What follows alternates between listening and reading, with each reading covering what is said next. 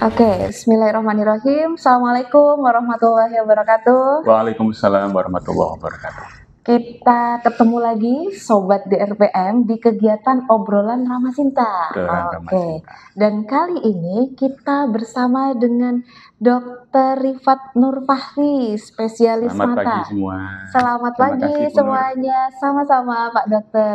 Sehat Pak Dokter hari ini? Sehat luar biasa. Alhamdulillah. Karena memang cuaca akhir-akhir ini kan kayak agak gimana gitu ya Pak Dokter ya. Apalagi Sobat DRPM semuanya. Mungkin beberapa teman, keluarga, adik-adik, saudara gitu ya.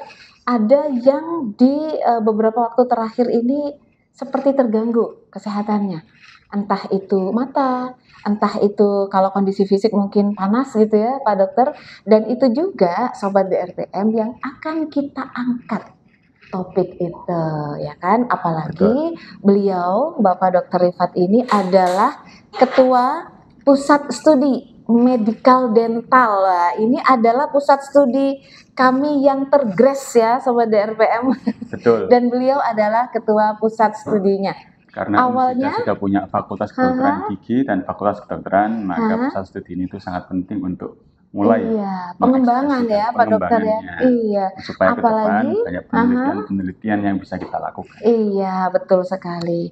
Apalagi kalau kita back ke 1 bulan yang lalu Pak Dokter, teman-teman kedokteran gigi dan kedokteran umum sudah berkolaborasi dengan sangat apik begitu ya di kegiatan pemeriksaan kesehatan dilakukan untuk TKA Bahasa Candi. Iya, dan itu sangat luar biasa. Berapa kemarin? Sekitar 200 lebih ya Pak Dokter. Dan itu kalau tidak salah, salah satu pemeriksaannya adalah terkait dengan topik kita hari ini Pak Dokter. Betul. Iya, dan bagi Sobat DRPM semuanya yang mungkin sudah penasaran, kita akan mulai nih nanya-nanya, ngulik-ngulik gitu ya.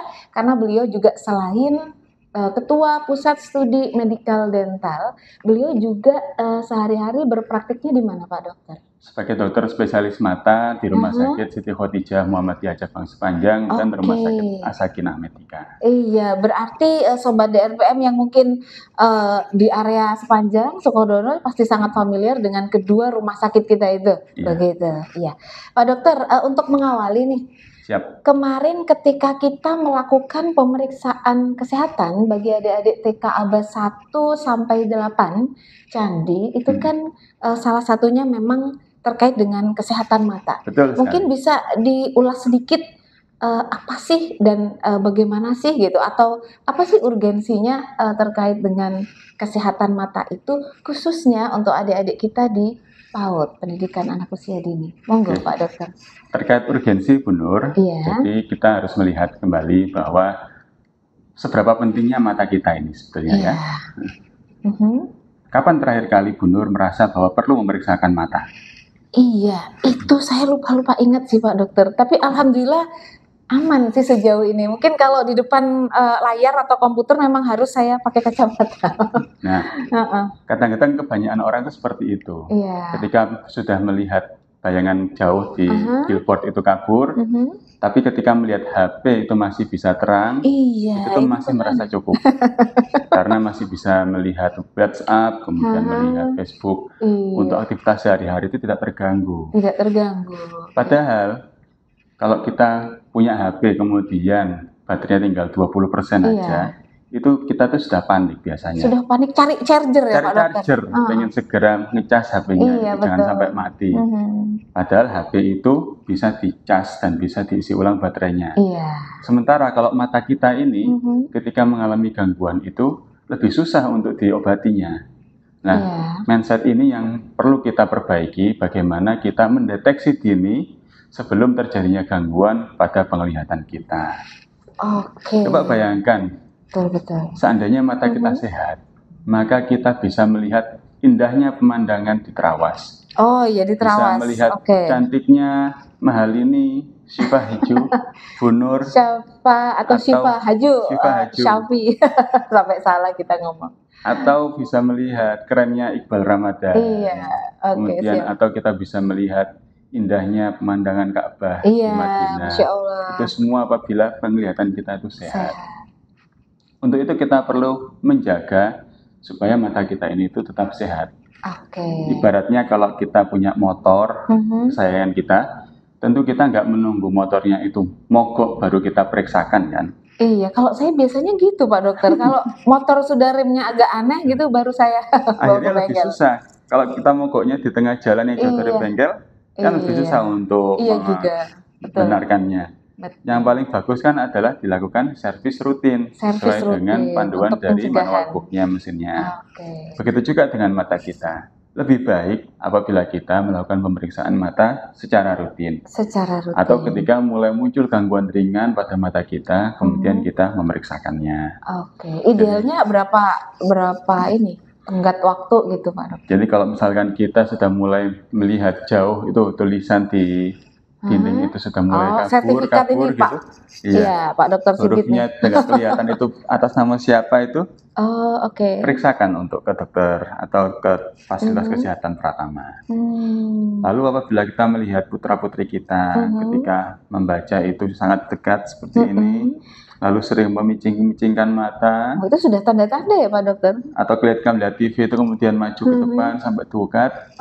Gitu. Itu merupakan tanda-tanda bahwa ada gangguan refraksi pada putra-putri kita. Karena itu sebaiknya segera dibawa untuk periksa ke dokter. Karena normalnya kalau adik-adik kita yang di PAUD mungkin atau kelas 1, kelas 2, normalnya dia jarak baca itu agak jauh gini kah Pak Dokter atau? Jarak baca normal anak-anak. Kemudian ketika beraktivitas juga biasanya aktivitasnya normal, tidak sering ketip-ketip atau memicingkan mata seperti kalau orang ada minusnya.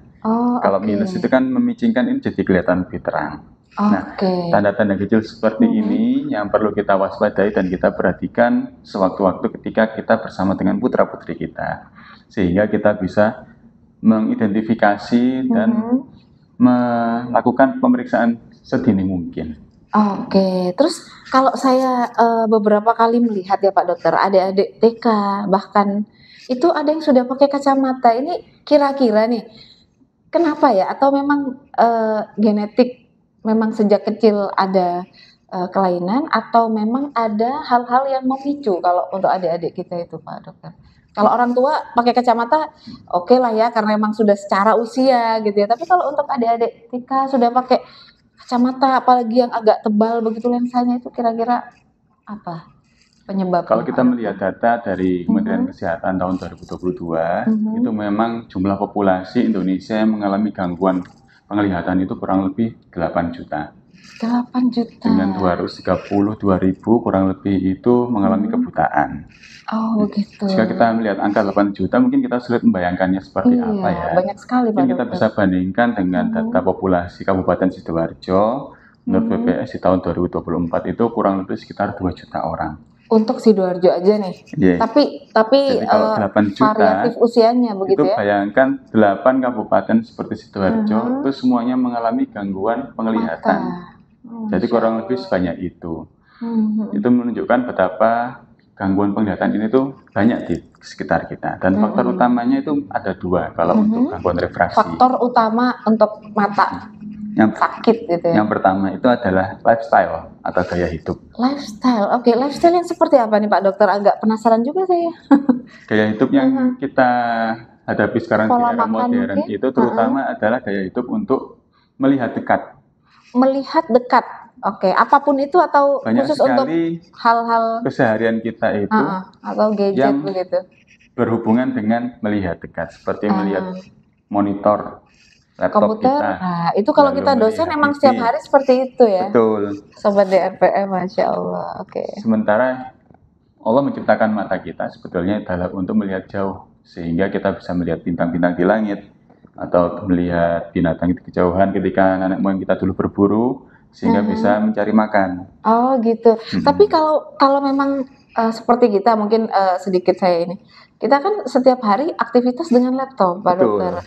Agar tetap sehat mata kita gimana nih? Ada tips ringan yang bisa kita lakukan sehari-hari bagaimana untuk menghindari supaya tidak muncul minus pada mata kita. Ada namanya rule of 50, yaitu bagaimana ketika setiap kali kita melihat itu tidak terlalu terforsir. Tidak terlalu, berarti ada jeda waktu. 1 jam harus berdiri dulu gitu dari tempat duduk? Sebaiknya setiap setengah jam, kemudian kita beristirahat 1 menit saja, melihat pada jarak kurang lebih 6 meter. Oke, 6 Setelah itu meter. bisa kembali bekerja. 1 menit ya Pak Dokter? Ya. Atau mungkin keluar sebentar, masuk lagi gitu, keluar ruangan, masuk lagi. Jadi kalau kita misalnya mengerjakan RPS gitu ya, karena deadline 2 jam terus-terusan, ini nggak sehat ya Pak Dokter ya? Tidak sehat, karena mata kita akan kurang berkedip, lelah, kering, dan itu bisa menimbulkan resiko adanya minus sama silinder. Oh begitu, oke. Begitu juga dengan putra-putri kita. Sebaiknya ketika belajar itu dengan posisi yang duduk. Dengan pencahayaan yang cukup, kemudian dengan jarak baca yang normal kurang lebih 30-40 cm. Oh, biasanya adik-adik kita itu sambil tiduran, sambil dengerin lagu apa, sambil belajar keras-keras, itu berarti salah?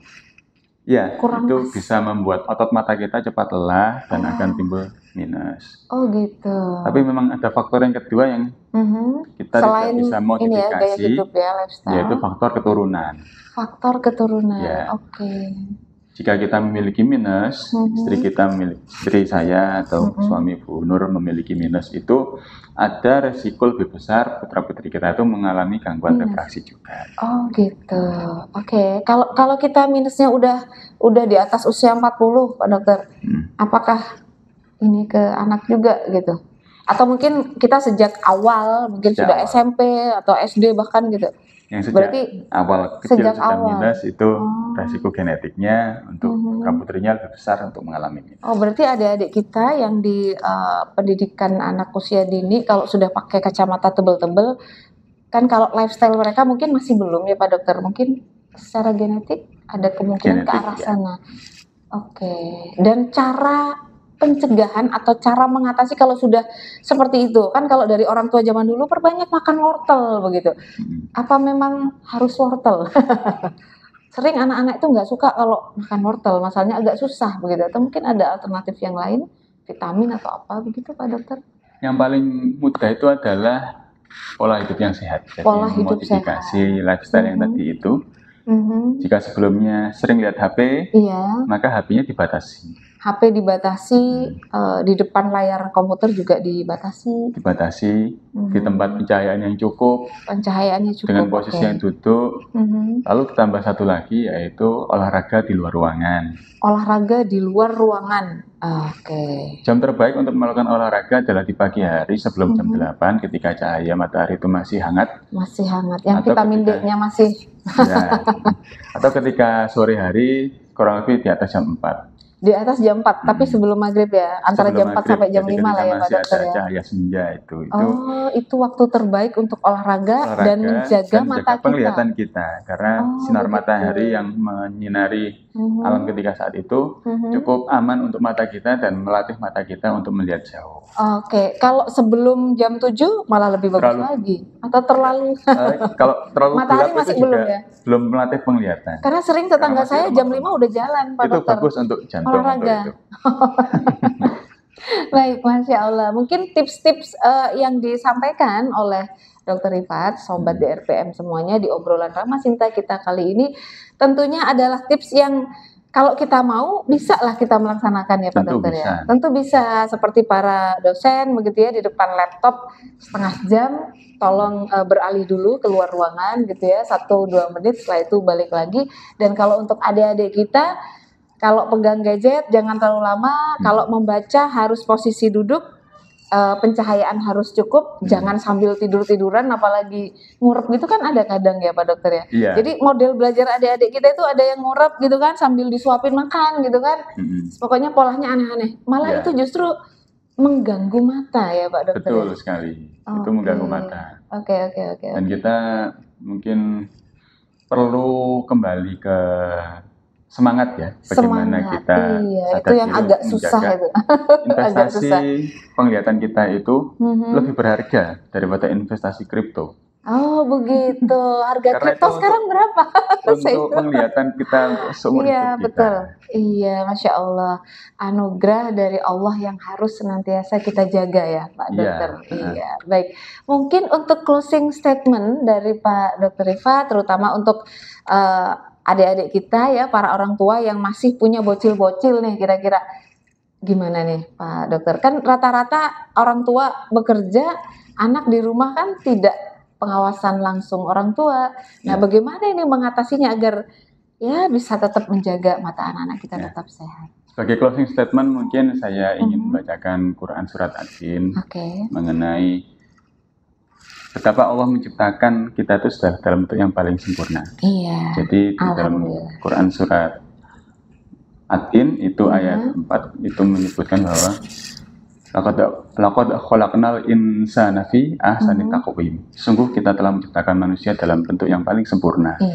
Di sini kita diisyaratkan bahwa mata kita itu sudah sempurna. Kita memiliki kewajiban untuk menjaga mata kita untuk senantiasa dalam kondisi yang prima untuk bisa beribadah di dunia ini.